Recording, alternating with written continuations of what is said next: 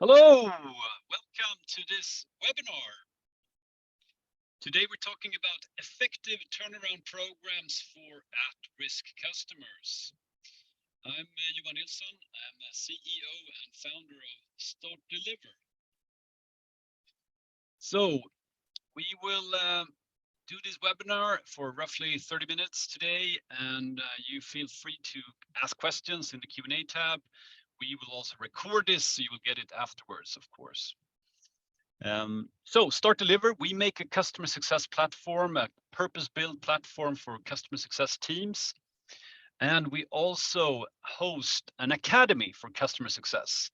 We have certified more than 5,000 customer success managers through our programs with Impact Academy. So Start Deliver and Impact Academy, that's us.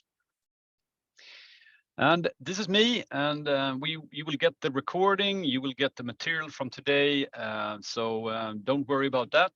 And if you have any questions that you want to do after the webinar, please reach out to me on LinkedIn. The background to this webinar is that I think retention is really top of the agenda right now. It's always a key topic at any subscription business. But I think these times it's highly it's on the top, very top of the agenda for most companies, and that's what we're going to dig into today. And we're going to dig into how you can make an impact on your retention. And why is it on the agenda right now? I think that's no news to anyone, but it's uncertain times right now. There's a lot of markets going into a recession. There's layoffs. There are some uncertainties going on, and basically that puts a lot of pressure on retention. And we'll get back to that. But I think everybody working in customer success might have felt that in some way. Maybe manager coming in asking for numbers, questioning the churn issues, or board asking for more reports. So I think this is putting a lot of pressure on a lot of companies, basically, and everybody wants to be on top of their retention numbers, and most importantly, they want to do as much as possible to improve retention, of course. And that's what we're going to talk about today. And I think also it's important here to take a step back and understand, how does retention, how does that relate to customer success? And I think we should take a step back here and look at what is customer success. This is Lincoln Murphy's definition. We use this in our Impact Academy. So customer success is when our customers achieve their desired outcome through their relationship with us, basically. And today we're talking about at-risk customers. So what does that mean, and how does that relate to this definition? So what is an at-risk customer, and how should we deal with them? I think that's the main thing we're going to talk about. And let's start with this one, basically. What is at risk?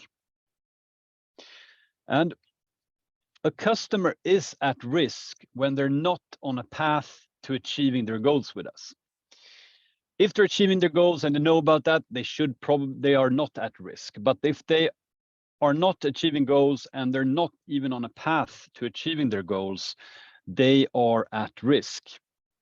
This is, of course, not a precise definition, so we should dig into this a little bit and understand some scenarios and some indicators we need to pick up on to identify at-risk customers. And let's start there. So how do we know, and what can we look at here? And of course, these are some examples, and this can vary depending on this type of business you're in, the type of business model you have, and who your customer base is, of course. But just a few that are very common, and I think very good examples on how to identify at-risk customers. So to start off with, if we can see a trend where the usage behavior is on a negative path, they are using our platform less and less. That can be on user level, it can be on company level. We have detected a path where they are basically using our platform on a very low level, or at least on a level where they're not achieving their goals, they're not getting value. I think this is one of the most important indicators that you can pick up on. You have the data. This is a screenshot from Start Deliver, but you can measure this and you can track it, and you can also get notified when you have this type of development. So this is a risk indicator to pay attention to, and we'll get back to how you can turn this around, but let's focus on what are some of the indicators that we need to pay attention on. So this one scenario. Another scenario is where you have, perhaps there is quite a good usage level. They are actually using our platform on a good level, but maybe they are disappointed with us. They haven't had the good experience. For some reason, they are not happy, and we have received that through feedback, through sentiment, and they have indicated that they are not happy with us. That can also be an indicator that this customer is at risk for us. Of course, we need to dig deeper here, but it's a signal, it's something we should act on, and we need to look at that to make a turnaround. Another example here is, of course, when we have a lot of open, unsolved issues with a customer, especially if there's a more technical platform, if there is integrations, you have a lot of situations where there can be issues, and maybe we haven't solved some of these issues with the customer. It can be that it's in second line, maybe our development team is sorting out some bugs. It can be several things here, but the main thing is that from the customer's perspective, things are broken here. So a good indicator of that is when we have a lot of open, unsolved issues. Maybe that's with the support team, and they're not working as we are in customer success, very focused on all our customers, and they haven't noticed that there is this big backlog with the customer. So that's one other indicator of an at-risk customer. There is also a very common scenario is when there is developments on the user side on the customer. User can be the decision maker, it can be a stakeholder, it can be an administrator, a super user. Maybe someone quit, maybe the CFO quit that was using our platform and was our strongest ambassador. Maybe the HR manager, that's the super user for our platform, she or he has left, and there's a new one coming in, and we need to pick up on those dynamics as well. So a switch of users, super users, decision makers, stakeholders, we need to pick up on those signals as well, and that can also be an at-risk signal that we need to work on. There is, of course, a lot more. To mention a few here, if we haven't had a business review with the customer for a long period of time, if we haven't talked to the leadership team, if we haven't talked to the main people on the customer side, that's an indicator.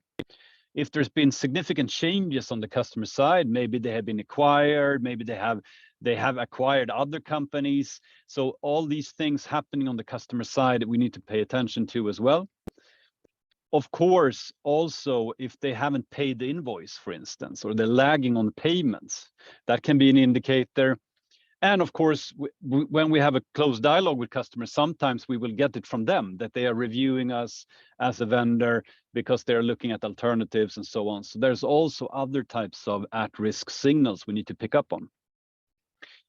So we need to understand the root cause. Why are we at risk with some customer? Because that makes us, that puts us in the driver's seat. Because if we talk about churn and if we talk about cancellations, we need to understand that we need to be very careful where we spend our time, basically. And if this is a timeline and this is the point of cancellation, so if we receive a cancellation for a customer, where do we actually spend our time? Do we spend it trying to win back the customer, or are we spending it before they even cancel on us? So an at-risk customer will eventually cancel the agreement with us. That's something we can take for granted because they're not on a path of achieving goals with us. So if we spend our time after they have actually canceled, or if we spend our time before they even cancel, that's an important distinction to make. And it's really a really good way to look at this is look at yourself. Where do I spend my time? We'll get back to that shortly, but I think it's important to review this. And we call this webinar today turnaround programs, because we believe a lot in working before they even get to the cancellation point. But of course, there is scenarios where you need to do win backs as well. An important thing to consider here is high versus low percentage activities. And this can vary, but in most cases, we have higher percentage of doing a turnaround rather than doing a win back. But we need to also consider our situation. Where are we? We need to look at our numbers here. So if we have a lot of cancellations coming in, of course, as customer success manager, we need to act on those. So we have a high churn number, perhaps, then we need to act on the cancellations to reduce that churn number. We of course also look at expansion, so we can expand on customers. We can't forget about that important part here. So that's why you need to look at the numbers. You need to understand that we have some churn, we have some expansion, hopefully.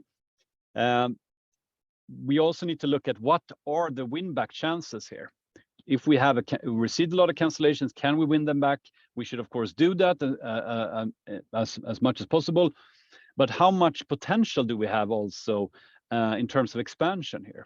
So we need to understand the dynamics of net revenue retention and base our decision making, especially for leaders.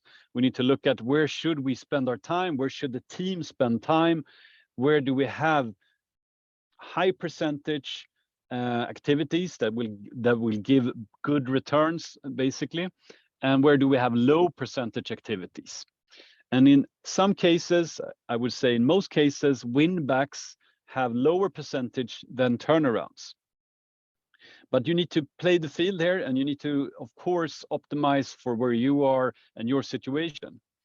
And I know for sure you can do a lot of win backs. So, but that's we will focus more on the turnarounds here. But a lot of the things we talk about in this webinar is, of course, applicable also for doing win backs. So we need to understand the background. We need to understand what our priorities are as a company, as for my portfolio. I also need to look at, before I engage with customers, I need to look at which to prioritize. And here is something we work with at Impact Academy. We call it success potential. And this is basically what is the potential for success for a specific customer.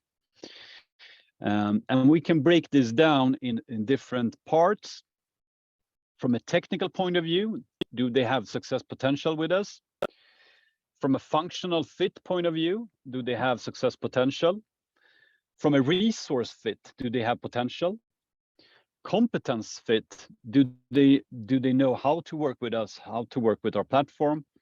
Experience fit, do we provide the right type of experience for this customer? Culture fit, is it a fit also between us as companies? So these are several parameters within success potential. I think you can use a few, or you can use all to look at a specific customer and say, do we have success potential here? And if we don't, we should probably not focus on that customer specifically. And in some cases, we also need to recognize that some of our customers might be bad fit. And we should, of course, not focus our precious time and effort on turnarounds for bad fit customers. Success potential is a great way to identify the ones that we should focus on. But we should also pay close attention to customers that have tendencies of being bad fit, because that's also going to be probably a low percentage activity to try to turn those around. So to summarize where we are, and if we look at step 1 here, we need to understand the root cause here. Why is this an at-risk customer? What is the indicator that we picked up on that they are at risk? And basically look at the customer as well from a success potential point of view. And we need to focus on the ones that we have high percentage of turning around, basically. So that's the step 1. And if we go back to the definition here, an at-risk customer is basically a customer that's not on a path to achieving their goals with us. So the step 2 now for us, we have our list. We know these are the at-risk customers that have success potential. The next step for us in creating a good turnaround program is looking at getting back in the game. Getting back in the game here is that we need to get into this customer again. They are not on the right path, so we need to get back basically. And how do we do that? Again, we need to look at the customer, and we need to look at that context on this customer. And this can vary if we work more on enterprise type of customers, or if we work on more on the SMB type of customer. Both applies. We need to understand who is this customer, who are the users, who are the stakeholders, who are the people we need to work with this customer.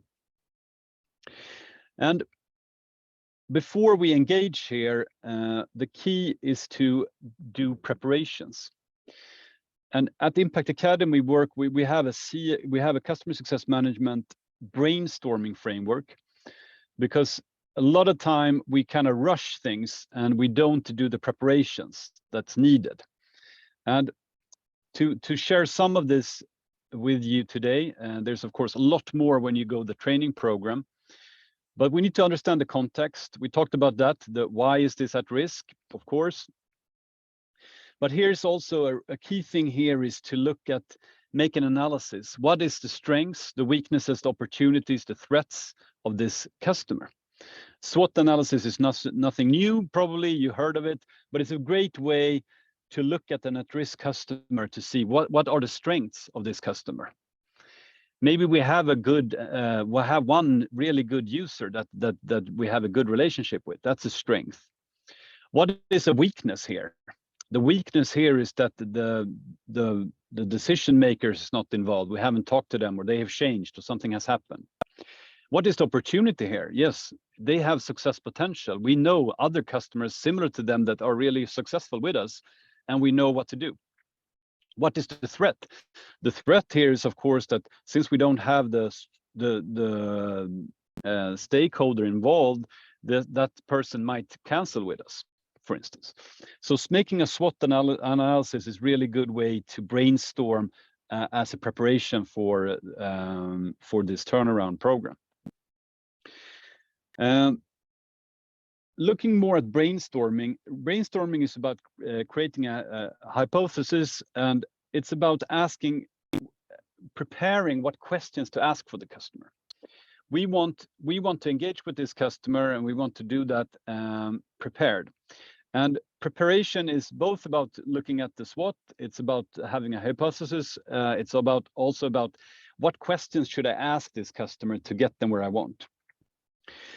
Another part of this is also looking at objections, because they are not on a path to achieving goals with us. So they will most likely have some objections to engaging with us, to having a call with us, to having an appointment with us. So that's something that's often overlooked as well. What are the objections that might come up from this customer? And looking at objections specifically, these are some of the most common ones: that they don't have time, they're too busy, maybe it's pricing already, they're looking at different alternatives, they don't have resources, it's a very common one, they don't really understand, and they're waiting on others. These are some of the most common ones, and just by looking at them, preparing for them, and having we have a objection breakthrough formula you can work with as well. Basically, preparation is one part, but then when you engage with the customer, you need to bring something here to turn these objections around as well. And that's also part of the preparation work. So when we have prepared, we can build a case how we can achieve their next goal, basically. So the preparation is part one. And to bring this case forward, we need to think of this customer both from a company point of view. If we're talking to a sales manager, for instance, we need to also think of them as a person at this company, and what's in it for them when we want to turn this around. The goal here, it's an objective and a time frame. it's a business goal. So maybe they're looking, if there's a sales manager, maybe they're looking at increasing their leads, maybe they're looking at growing, maybe they're looking at having more appointments. What is their business goal? And we should look also at a time frame for this. Is it within this quarter? Is it within the next month? Is it within the year?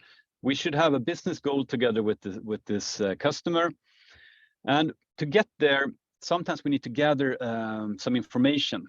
We need to call several people, super users, talk to a lot of other people. Then if the sales manager is our main contact, maybe we need to speak to a group around the sales manager. Another part of what's in it for me here that we can do from a customer success point of view is prepare to take a lot of the work here from our offload this person if there's a lot of work to be done to re-engage with us and to start over basically.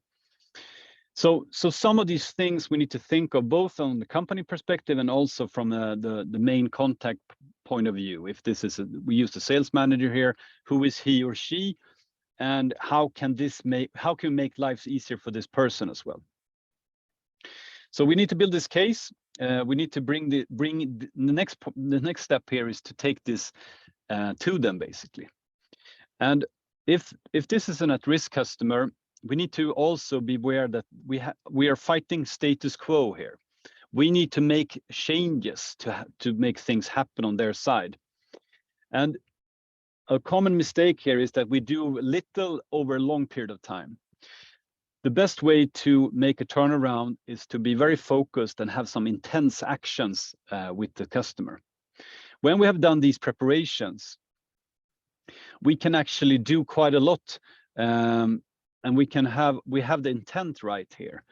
So like a make it happen approach is usually what moves the needle when you do a turnaround. So again, if this is if we take the example of a sales manager being our main contact, we need to get them re-engaged with us.